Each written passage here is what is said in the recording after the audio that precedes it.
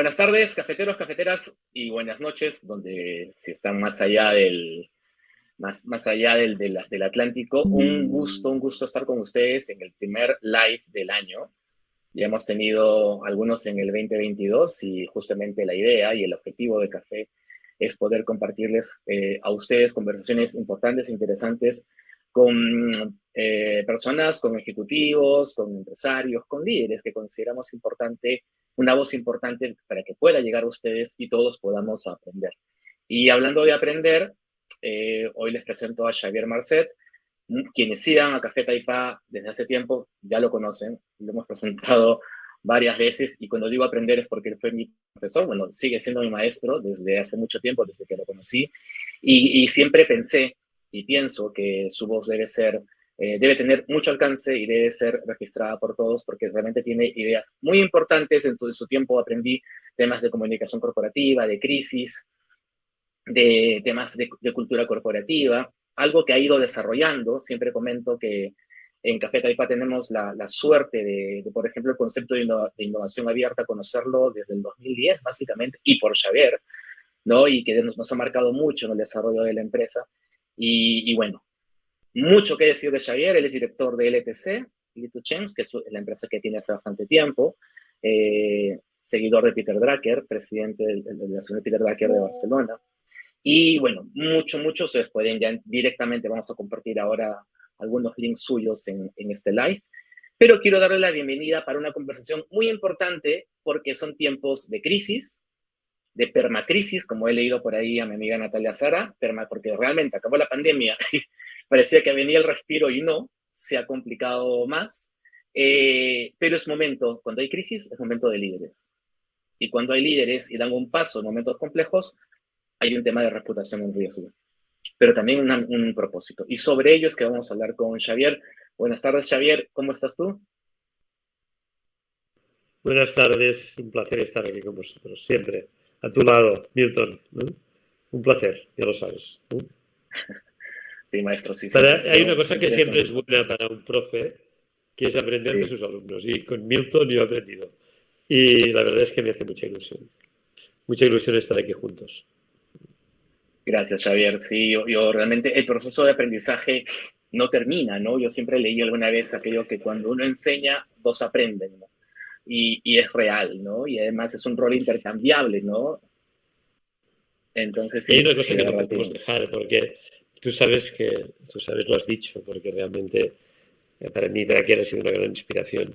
Drucker tenía una expresión que encuentro increíble y que es que cuando uno deja de aprender, envejece de golpe.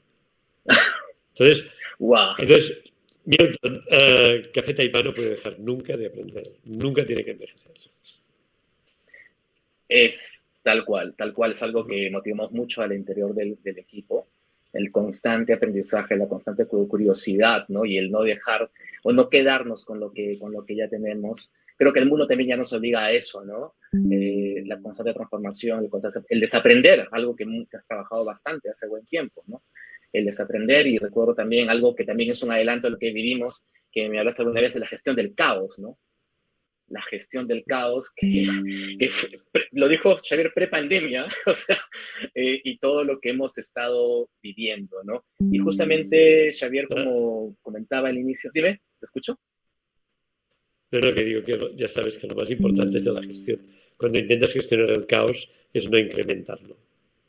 Implementación. De No, no, acuerdo. incrementarlo. No hacer Incrementarlo, mayor el perdón. caos.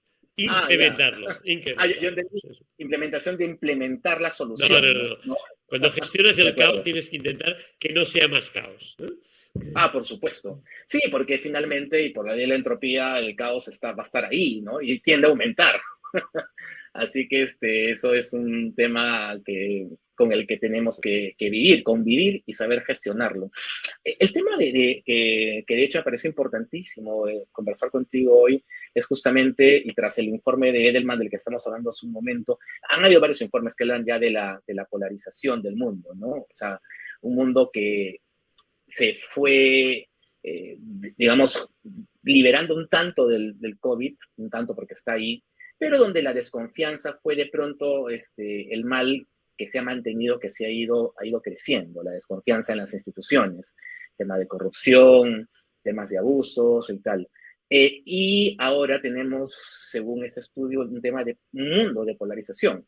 En el Perú lo tenemos clarísimo. De hecho, en el informe, España también está en un tema de polarización muy, muy fuerte, ¿no? Extremos que no pueden extender puentes, extremos en que no conversan, ideologías que se convierten en identidad. Pero eso, estamos en un mundo definitivamente complejo, un mundo de guerra muy, muy, muy alado, ¿no? Entonces, lo que te quería, la primera pregunta, de hecho, va en ese aspecto, ¿no? En un mundo polarizado complejo, y quien no vea polarizado todavía, no puede negar que estamos en un mundo de crisis general. En ese contexto, los líderes tienen, y se espera mucho la voz de los líderes, ¿no? Entonces, ¿cómo puede un líder que tiene que dar el paso, porque creo que lo debería dar, gestionar su reputación? Porque cuando tú en una crisis vas a tomar una posición o te vas a manifestar, definitivamente corres un riesgo, ¿no? Entonces, ¿cómo podría dar ese paso manejando su reputación, evitando en lo posible, digamos, reacciones pues, que puedan ir en contra de él o de la empresa, ¿no? Bueno, creo que el liderazgo es una capacidad de crear influencia social positiva. Hay liderazgos que crean influencias sociales negativas, pero nosotros buscamos líderes dentro de las empresas y en la sociedad que creen influencias sociales positivas. Estas influencias sociales positivas normalmente necesitan de alguien con capacidad de establecer una determinada visión, un futuro al que creemos, digamos, que tiene sentido transitar, un futuro al que deseamos mudarnos. Liderar no solamente es definir este futuro, liderar es, algunas veces solo y otras con otras personas, establecer una cierta hoja de ruta para poder transitar a este futuro y comunicar con el ejemplo. Uh-huh. La reputación en un mundo como el nuestro solamente tiene solidez desde el ejemplo. Y el ejemplo no tiene que estar pegado a la perfección. Puede haber incluso un absolutismo de la perfección. Perfección. El ejemplo tiene que estar vinculado a la autenticidad. Entonces, para mí, la lógica de la reputación tiene que ver con el ejemplo y con la autenticidad, que sabes que, en mi opinión, es lo que nos permite esquivar la mediocridad. Y claro, ahí, mira, es un tema interesante, porque cuando hablamos de autenticidad y tenemos que manifestarnos en un momento complejo, das tu palabra, ¿no? Palabra que será contrastada. Y a veces, de pronto, por ese temor, ¿no? A esa autenticidad, digamos, en prueba o puesta a prueba, es que algunos callan. Claro, en un mundo de percepciones, ¿no? En un mundo de percepciones, algunas bien, digamos, perfiladas y otras manipuladas en una lógica de fake news, en un mundo de percepciones, la reputación, de esto sabes más tú que yo, ¿no? Pero la reputación es esta lógica de un ejemplo a lo largo del tiempo. La reputación basada en el ejemplo tiene más fuerza que la reputación basada en la retórica. Total. Entonces, cuando yo hablo con mis clientes, con los líderes empresariales a los que intento acompañar, para mí este es un momento clave. Cuando alguien predica el cambio dentro de su empresa, si no ejemplariza el cambio, cualquier comunicación solamente retórica es insuficiente. Y por otro lado, damos mayor consistencia a aquellos líderes en los que podemos identificar a lo largo del tiempo ejemplos, actitudes, concreciones que responden no perfectamente, pero con autenticidad a su retórica. Total, de acuerdo. Y Recuerdo una vez que te entrevistaron en Lunes Inspiradores, este podcast, en plena pandemia, hace un par de años, creería, en plena pandemia, ¿no? Y tú hablabas, claro, ellos te comentaban, ¿no? Acerca de si la pandemia iba realmente a cambiar la, la, a veces, ¿no? Este poco humanismo o pensar en el otro de muchas empresas, ¿no? Que claro, por pandemia todas, casi todas tuvieron que sensibilizar las que no tenían, digamos, ese valor, acercarse a la gente, a sus clientes, pensar en la sociedad y, y que ellos lo veían como algo positivo, ¿no? Edu, creo que lo comentó, y tú dijiste, temo, o sea, sí, es verdad, pero temo que pasada la pandemia se vuelva a la inercia de antes, ¿no? Se vuelva a las empresas que básicamente enfocaban ya en una operación más económica, más en el desarrollo de sí mismos, y no en esta acción que se está dando por una pandemia que nos está llevando a ser más humanos en medio de la desgracia. Tú, ahora, ya la pandemia, una pandemia controlada, con más crisis, diferente crisis, ¿cómo ves si ha habido realmente en ese aspecto una transformación en las empresas? ¿Qué implicaría una transformación real en sus líderes? Bueno, yo creo que las empresas que apuntaban maneras antes de la COVID, pues han continuado, digamos, en una senda de poner las personas en medio de un modo no retórico, de un modo real, auténtico, Uh -huh. y aquellas que básicamente utilizaban la retórica, lo que hicieron durante la COVID es aumentar el altavoz de la retórica, pero no cambiar nada. Entonces, yo sabes que para mí, digamos, hay una cosa muy importante que es central en mi trabajo hoy con las empresas, que es lo que yo llamo management humanista. El management humanista es management. ¿Qué quiere decir management? Gestión. Vosotros diríais administración.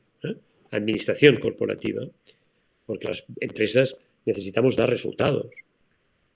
Si no damos resultados en términos económicos, cerramos.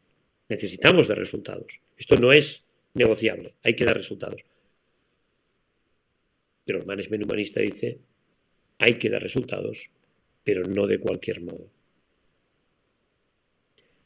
Y hay que dar resultados en un momento de gran impacto de la tecnología, hay que dar resultados manteniendo a las personas en el centro, porque una empresa fundamentalmente es una comunidad de personas alrededor de un propósito, que tiene que saber crear valor corporativo.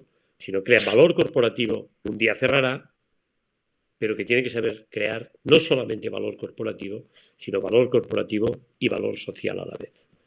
Y para mí, después de la COVID, bueno, hay muchas cosas, digamos, que solamente, digamos, fueron altavoz, pero hay otras empresas que lo están haciendo muy bien, cada vez más.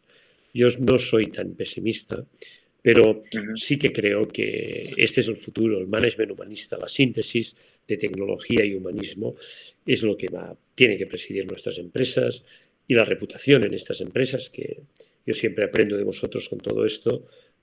Milton, la reputación tiene que ver con nuestra práctica del ejemplo y de la autenticidad. Ahora que comentas el tema del humanismo, el management, estaba pensando, y bueno, hablando en un contexto de crisis, hace poco hablaba con Javier Calvo Pérez, de quien de alguna vez te comenté, Javier Calvo Pérez, que trabaja muy bien el tema de cultura corporativa, y mencionaba, hablábamos de crisis, ¿no? Crisis corporativa, enfrentas una crisis. Y él decía, ¿no? Cuando tienes una crisis a la interna con tus trabajadores, tienes que enfocarte en ellos y resolver, ¿no? Pero cuando tienes una crisis externa que se hace pública, es la ciudadanía la que te juzga. Y si la ciudadanía es la que te juzga, el primer requisito para gestionar una crisis es ser ciudadano. O sea, tienes que pensar como un ciudadano porque es la ciudadanía la que te está viendo, ¿no? Y eso, mira, importante porque ahora, haciendo match con lo que comentas, es para resolver una crisis pública, o sea, una crisis corporativa, de las cosas que podemos pensar, hay que ser humanista. Yo creo que finalmente hay una componente del humanismo Un humanismo Sí. no es buenismo, no es pensar Sí, lo has dicho, que lo has todo el mundo dicho. es bueno. Son otras cosas, ¿eh? Pero el Sí. humanismo es empatía, es tener en cuenta a los demás. Y entonces, a veces, digamos, cuando tienes crisis públicas, la empatía, ¿qué es? Es ponerte en lugar de los demás. Y a veces hay que ponerse en lugar de los ciudadanos. Simplemente. Hay que ponerse en lugar de aquellos que son nuestros clientes o no lo son, pero en el que no solamente nuestros productos, sino nuestro ejemplo corporativo les influye de algún modo. Y hay que pensar en esta lógica superando una determinada perspectiva cortoplacista. Hay que entender, digamos, que cuando nosotros nos estamos jugando determinadas cosas, estos cambios son cambios que se producen no en un laboratorio aislado, ni incluso en una fotografía social estática, sino que esto, digamos, se produce en una lógica de la dinámica social, de los cambios de la sociedad y, evidentemente, de los cambios de los mercados y de los cambios de las organizaciones. Por eso, nuestros líderes, los líderes que respetamos, son gente que sabe mirar dentro y fuera de las empresas y que sabe entender que el futuro es una suma de continuidades, no todo cambia en el futuro, una suma de Ujú. continuidades y una suma de transformaciones. Entonces, para mí, este tipo de liderazgos, con esta capacidad de entender no solamente una lógica, como la lógica de los mercados, sino la lógica de los mercados, la lógica interna de las empresas y la lógica de la sociedad, son los líderes que encontramos realmente consistentes.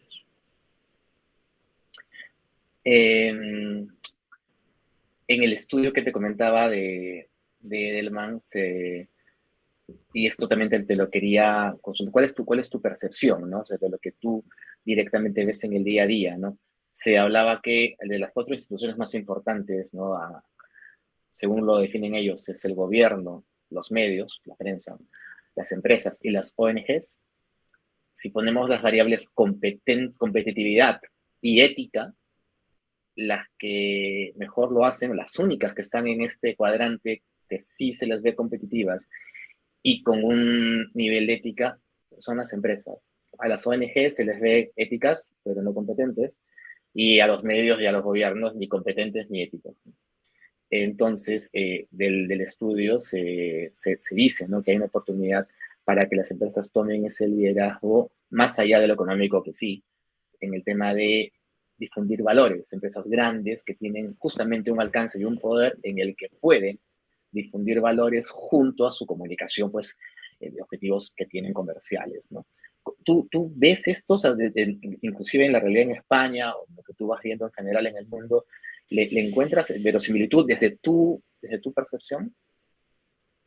Hay una corriente importante de, digamos, de reivindicación de empresas que sean empresas que sean capaces de mantener su competitividad y a la vez, digamos, hacer grandes aportaciones a la sociedad. Hay movimientos, como tú sabes, ¿no?, las B Corporate, las empresas tipo B, Ujú. etcétera, que empiezan a ser en España, empiezan a ser importantes, ¿eh?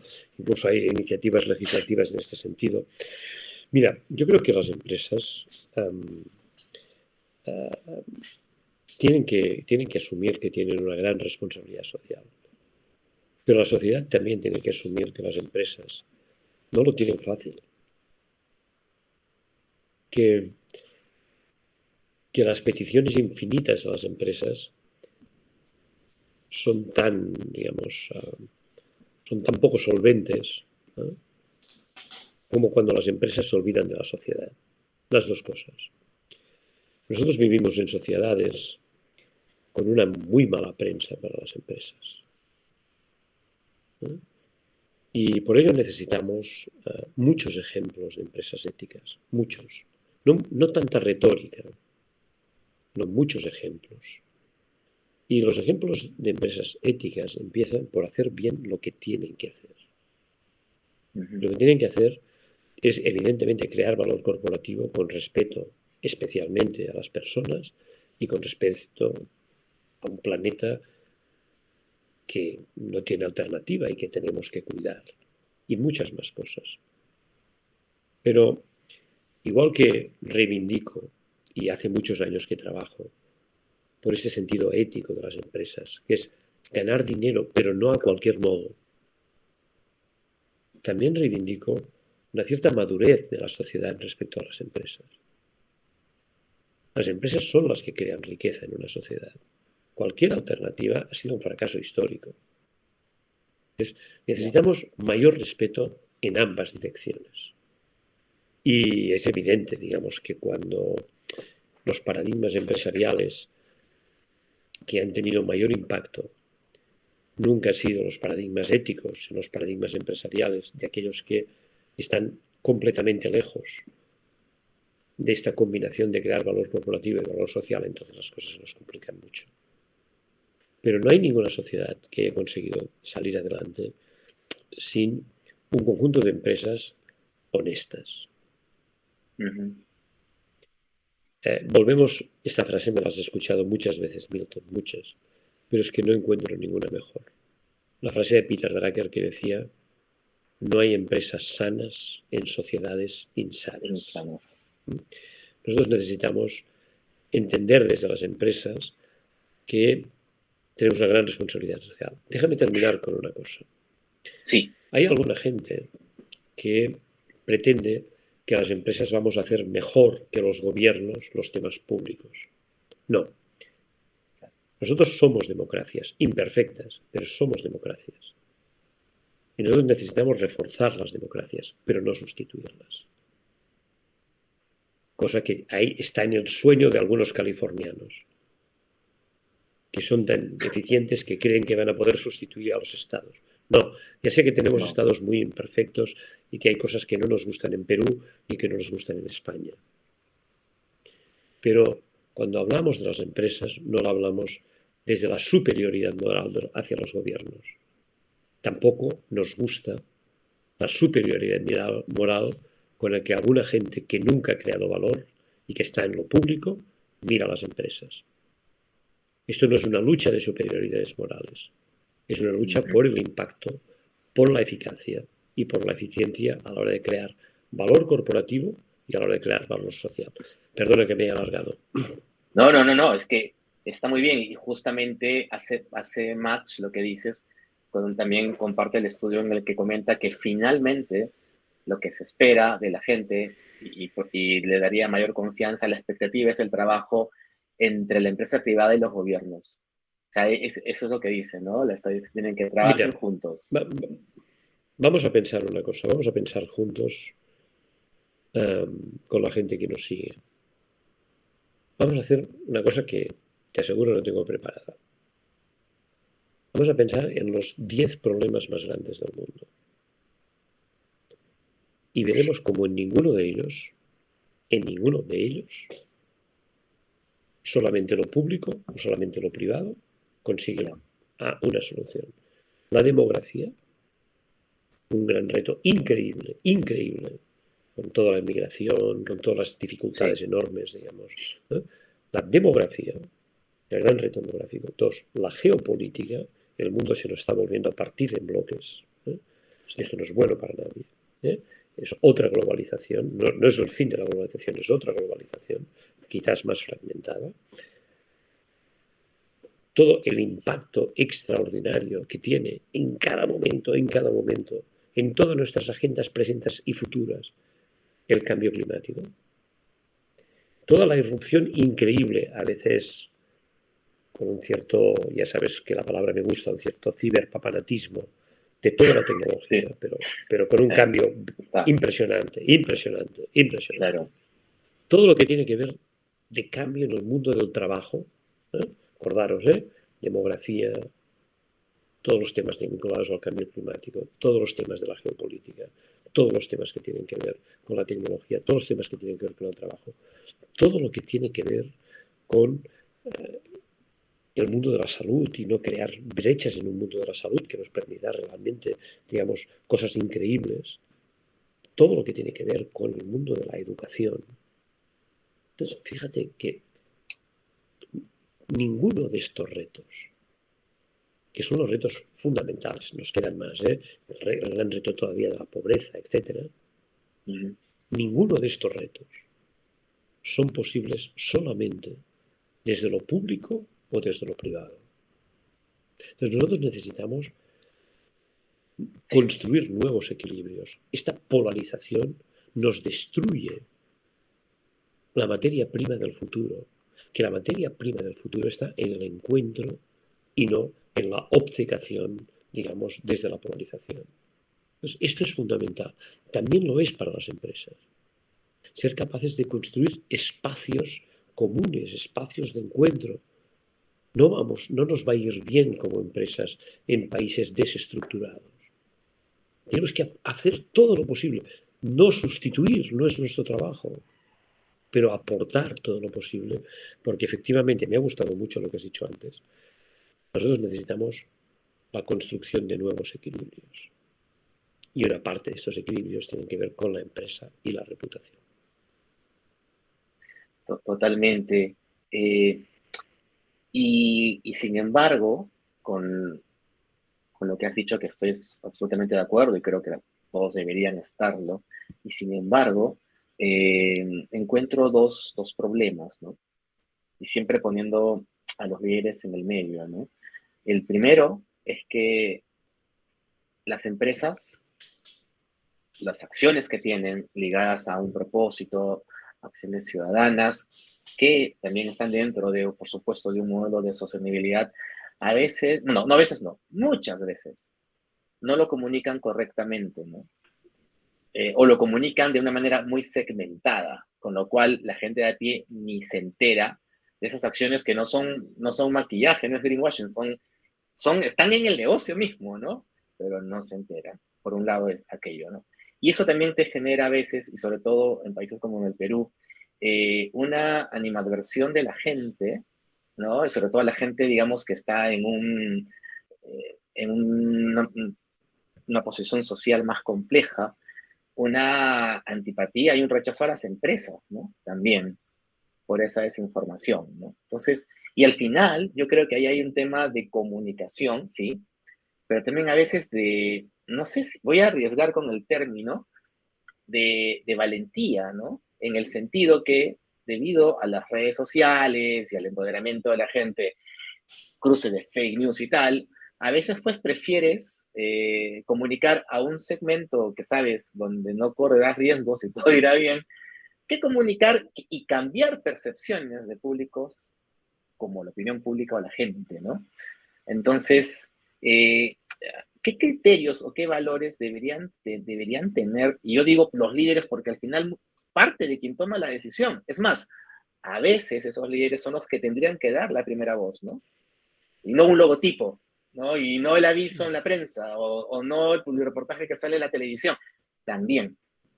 Pero demandamos personas, ¿no? Voces como la tuya, que si estás dentro de una consultoría, es verdad, pero un Paul Polman, que claro, ya no está en Unilever, pero digamos, ¿no? Ese tipo de voces que se comprometen y arriesgan, ¿no? Entonces, ¿no sientes que faltan también esas voces que vengan de las empresas, estando aún en ellas, pero que sumen a este cambio de percepción en la gente? Sí, claro. Nuestro ejemplo no es Elon Musk, está claro. Claro. Está claro, está claro. No, es que estoy completamente de acuerdo, ¿no? Pero yo que hace muchos años que te sigo y que sigo con mucho interés lo que hacéis, lo que publicas. Pero para esto existe Café Taipa, ¿no? Para esto lo montaste, ¿no, Milton? Para esto lo montaste, ¿no? Este es vuestro propósito, ¿no? Y porque sentimos que existe este gap y sentimos que puede haber, que las cosas pueden ser distintas, sin exagerar y sin, digamos, hacer una especie de management populista. No es verdad, ¿no? Nosotros somos los que sabemos que tenemos que dar resultados, porque si no, no vamos a poder subsistir, pero somos los que sabemos que no vamos a poder dar cualquier resultado. No vamos a maximizar los resultados, digamos, a costa de la sociedad o a costa, digamos, de la propia gente. Yo creo que voces también, digamos, ¿no? Como la que vosotros representáis, básicamente son voces, digamos, que alimentan el equilibrio. Yo también lo intento con toda humildad. Y es lo que necesitamos. No necesitamos, con toda sinceridad lo digo, no necesitamos gente que nos venga a salvar desde lo digital o gente que nos venga a salvar desde la superioridad moral. No necesitamos gente que trabaje y que simplemente, sabiendo que todos somos imperfectos, que intenten construir ejemplos desde la autenticidad. Y al final en esto, como en todo, como cuando se trata de hacer crecer una empresa y de vender más, teniendo beneficios, vender más sin tener beneficios no es una gran idea. Pero al final siempre se trata de combinar la ambición y la humildad en todas esas partes. Y la ambición en este ámbito que tú propones, pues es unas empresas que comuniquen mejor, porque tengan mejor empatía, porque tengan mejores ejemplos que mostrar, porque su verdadera materia prima a la hora de comunicar sea la autenticidad, aunque no lo hayan hecho todo bien. Tampoco las sociedades hacen todo bien las cosas. Entonces, yo creo que es aquí donde tiene el propósito, el sentido, digamos, de trabajos básicamente como el vuestro, ¿no? Que para mí, digamos, son muy necesarios, ¿no? Porque finalmente hay una forma de estar en las empresas y hay una forma de que las empresas estén en la sociedad. Y esta forma tiene que tender al equilibrio más que a la polarización. Claro, es verdad. En un mundo polarizado, la búsqueda de equilibrio, del balance, eh, casi parecería lógica esa búsqueda, ¿no? Pero de hecho, y está hablando mucho de polarización en estos días, aparte porque lo estamos viviendo en el país, pero textualmente, ¿no? Busquemos equilibrio, busquemos balance, no es algo que se haya estado proclamando, ¿no? Y es que es la única manera, porque si no, estallamos, ¿no? Hay algo, Xavier, que te quería comentar y te quería pedir, ¿no? Y pasa mucho, es con directivos en todas partes, ¿ah? O sea, directivos, directivas, ¿no? Hombres, mujeres que tienen un poder de decisión, ¿no? Un nivel y dentro de las empresas. Y como te digo, ahora mismo en tiempos complejos, claro, comunicas las acciones de la empresa, en el rubro y en el sector que estén, y sin embargo, estás en un contexto de estallidos, complejo. Recuerda cuando estalló la guerra de Rusia y Ucrania, ¿no? Las manifestaciones que se dieron. Ahora mismo sigue el conflicto, pero las voces un poco que ya callaron. En el Perú el conflicto sigue y va en escalada. Eh, si un directivo, una directiva te dijera que quiere, o sea, quiere comunicar, pero comunicar, vamos, no que mi empresa hace esto, ¿no? Sino que en nombre de la empresa, porque la representa de todas maneras. Un pedido como este, ¿no? O sea, un pedido como que orden, paz, equilibrio, queremos sumar, de qué manera sumar, pero tiene temor, ¿no? Es la constante, Javier, o sea, la verdad que callan, o sea, callan y sin embargo su operación se está complicando, o sea, ya la misma sostenibilidad de la empresa se complica porque el contexto es complejísimo, ¿no? ¿Cómo animarías, mejor dicho, cómo convencerías a estos directivos a que den el paso? No tiene que ser por Twitter, ¿eh? Que sería un lugar, y que podría ser inclusive Twitter, ¿no? Pero igual, que su voz se escuche, puede ser un video, puede ser en YouTube, puede ser un video de 3 minutos, pero porque es que si no hablan, van a morir en silencio casi literalmente.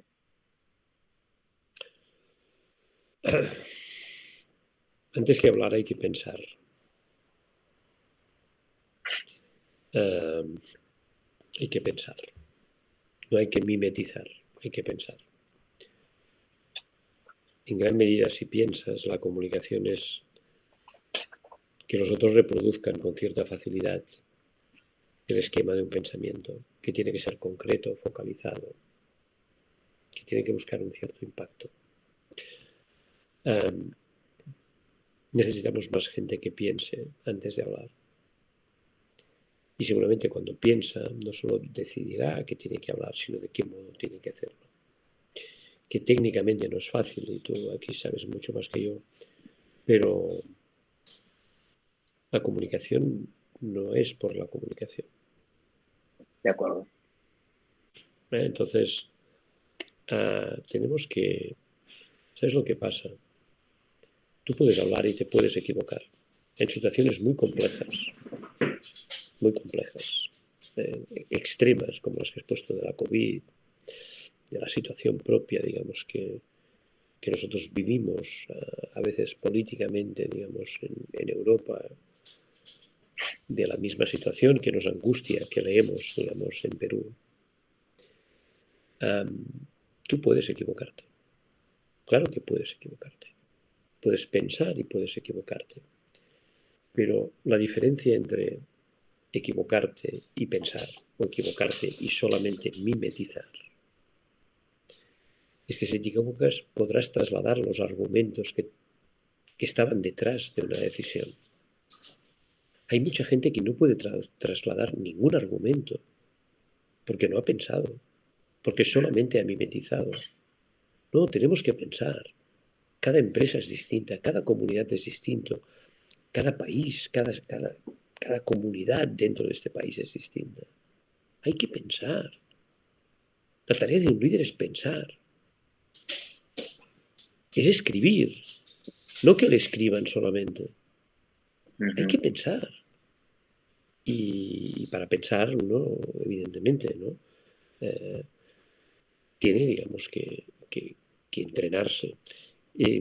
Ya sabes que a mí hay una frase que hace muchos años que intento trasladar porque lo siento profundamente así, ¿no? Que es muy importante pensar y que pensar se piensa solo y que razonar se razona en equipo. En grupo, Y claro. que si quieres, y que después, a partir de aquí, evidentemente que necesitamos comunicar. Pero muchos de los problemas, tú lo sabes, eres una persona muy experta en todo esto. Tú sabes que muchas de las dificultades que tiene la gente a la hora de comunicar es que no ha cocinado ella el plato, Ya, que de solamente acuerdo. lo lleva a la mesa. No, tú necesitas cocinar el plato para poderlo explicar. O estar al menos en parte de la cocina, ¿no? Perdona que he hecho esta digresión, pero le No, doy no, mucha no. importancia. Totalmente. Y de hecho, tu último artículo publicado en La Vanguardia es concentración. Y justamente hablas de esto, ¿no? De hecho, lo vamos a compartir, ya lo estamos compartiendo en el live, en el chat del live. Estaba sufriendo mucho por este artículo, Milton, sufriendo, porque tenía la sensación que no tendría casi impacto. Y hemos llegado a más de 900.000 impresiones, o sea que... Por supuesto. Wow, qué fuerte el indicador, pero eh, claro. no, es muy interesante. No, no. Cuando tú llegas a un número de impresiones, por suerte hemos llegado a impresiones muy superiores a estas en algunos artículos, pero cuando lo haces no tienes que tener la... No, no, no es un tema de vanidad, de pensar qué bien lo hago. No, no tanto. No sé si está tan bien el artículo o no está tan bien. Lo que, más que sea un gran artículo, lo que refleja es que es algo que preocupa y que interesa a la gente, ¿no? Entonces, creo que sí, que concentrarse para pensar es algo importante. Mira, tengo un libro aquí que Lleva, lo enseño. ¿Ves este ajá, libro? ¿Lo ves? sí, Estoy claro. leyendo esto sobre el El valor valor de de la la atención. atención, que es un libro especial, no es un libro clásico de management, y es un tema que últimamente me preocupa, porque me preocupa mucho pensar, porque pensar y tener ejemplos de autenticidad es la base de una buena comunicación. Totalmente. Y de hecho, ese artículo concentración, que ya debe estar en nuestro chat aquí, el del live, eh, efectivamente hace pensar bastante, ¿no? Y le reafirma a uno esa posibilidad, ¿no? Porque a veces uno, y lo que acabas de comentar, ¿no? Pensar solo y razonar en equipo, eh, le lleva a uno a reafirmar esa necesidad y es una muy, muy buena práctica, ¿no? Y claro, mira, has dicho algo muy, muy importante que habría que ver cómo se traslada a algunos clientes, ¿no? Porque una cosa es que te pidan cómo comunico, pero claro, de pronto habría que preguntarle, primero vean, vamos a ver cómo piensas o cómo hacemos para que, o qué estás pensando, ¿no? ¿Qué has pensado? Para luego ver qué comunicamos. tiene un orden natural. Ahora que Xavier ha mostrado ese libro de la atención, les recuerdo que Xavier tiene varios libros, Crecer haciendo crecer, un libro en el que tuve yo la oportunidad y la suerte de estar en una presentación en Barcelona, que está en la 7ª edición. Es verdad. Sí, maestro.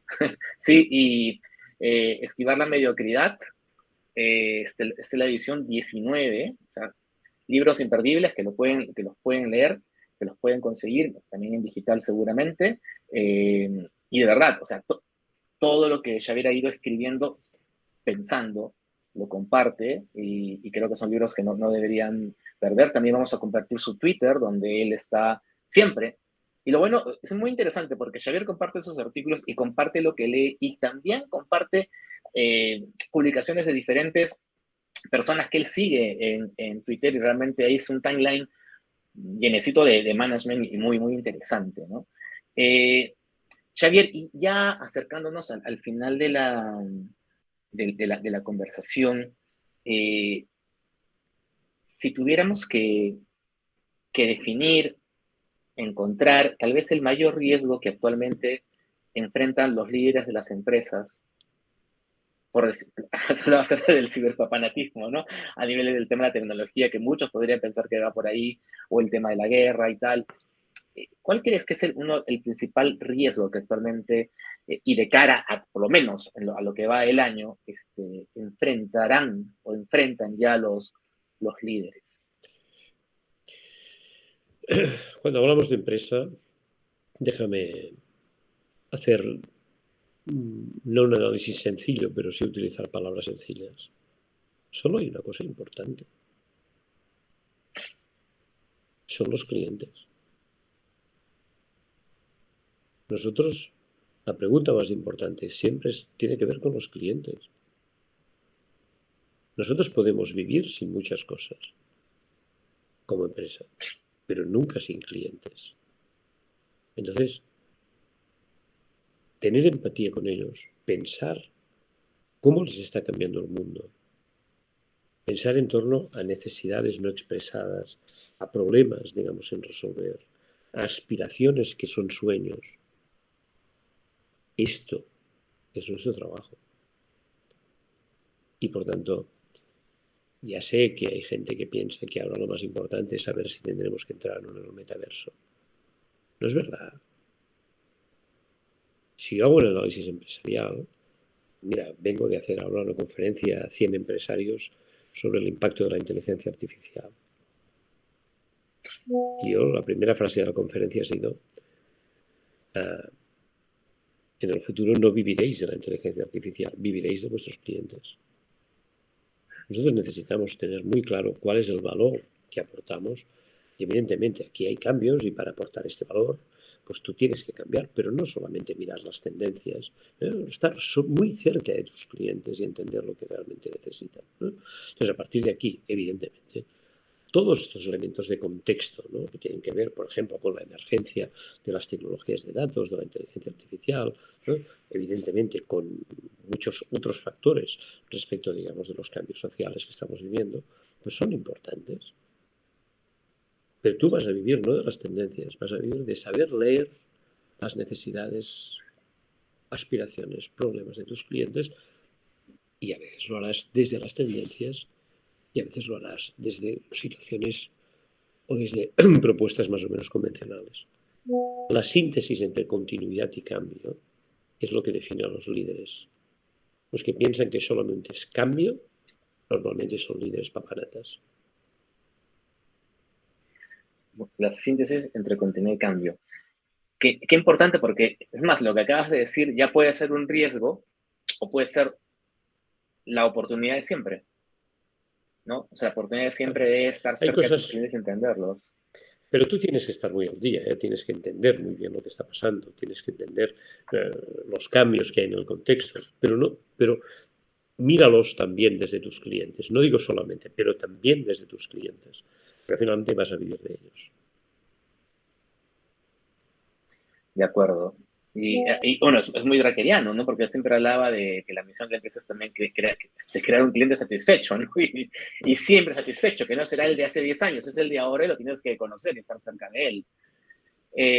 Y esto ahí hay un tema importante sobre lo que has mencionado, porque este riesgo y a la par oportunidad, ¿no? Porque tú también tienes un artículo que me pareció buenísimo, buenísimo, y diría que siempre vigente, ¿no? Porque decía esto que cosas que no van a cambiar, ¿no? O sea, tenemos tanto temor en la incertidumbre de las cosas nuevas que sería mejor un ejercicio tal vez de aquello que no va a cambiar, ¿no? Y es justo lo que has dicho. Sí, a veces lo hacemos y es difícil, ¿eh? Es tan difícil como el que va a cambiar. Porque, ¿sabes? Claro, Hay algo que nos pesa como una losa entre lo que es continuidad y lo que es cambio, que es cuándo pasan las cosas, cuándo lo viejo va a perecer y cuándo lo nuevo se va a consolidar. En esto está el arte del management vamos, en muchísimas empresas. sí. Y ahí es, bueno, es un ejercicio de estar al día, de saber interpretar las cosas y de interpretarlas cerca a la gente, ¿no? Porque al final es esa percepción la que te va a terminar Y, y va a tomar la decisión, ¿no? y de usar palabras sencillas.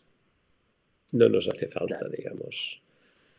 Hay un management que cree que solamente, digamos, que solamente tiene sentido, digamos, todo lo que nos viene en clave anglicista o en clave...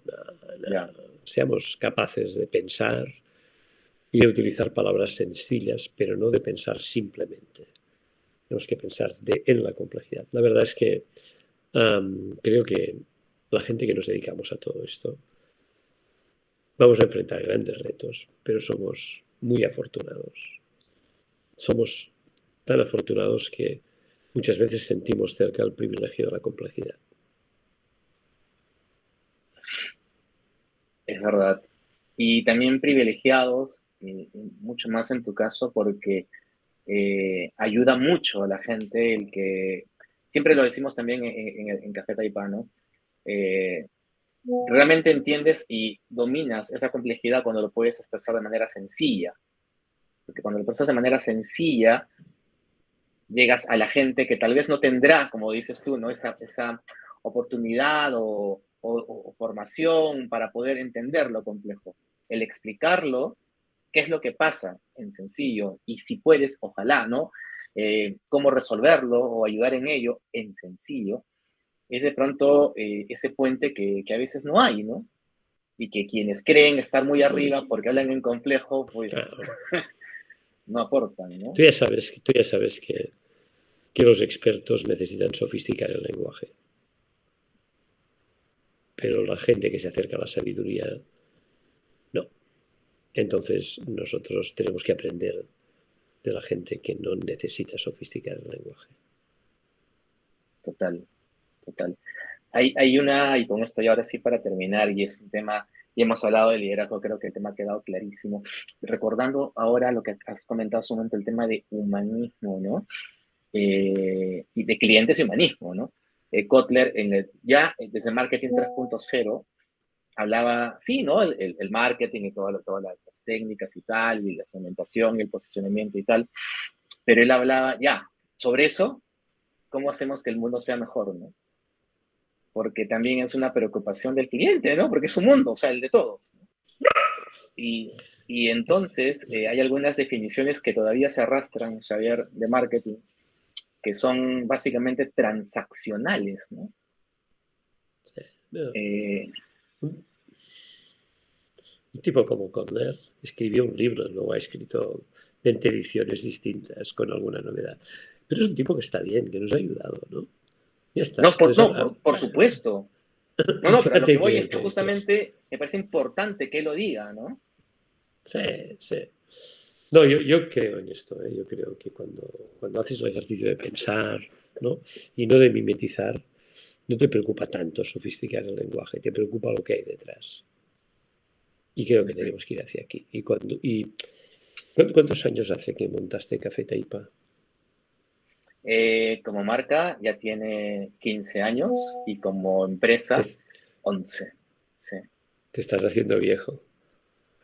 No, maestro, apóyenme usted. No, bueno, yo mucho más, ¿eh? Es que No, hombre, no, no, pasa no, mucho no, tiempo, pero, pasa pero, mucho pero tiempo, es verdad. imagínate, ¿no? Entonces, ¿sabes? Una cosa que, tú sabes que, no sé si estabas cuando celebramos el 20 aniversario en Barcelona. Estabas, ¿no? El 20 aniversario de, perdona. Nuestro, de Lead to Change. Ah, ¿No no estabas? recuerdo realmente. Creería No, que no, no. bueno, es igual, quizás estabas por el libro. Oye, pues hicimos 20 años, tú 15, o sea que tampoco es tan diferente, ¿eh? Bueno, 11 como empresa. Entonces, ¿sabes? Sí. Empecé a buscar, digamos, ¿no? Empecé a buscar nuestros primeros textos, nuestras primeras propuestas, nuestros primeros deliveries, ¿no? Entonces encontraba que utilizábamos un lenguaje muy sofisticado, Así.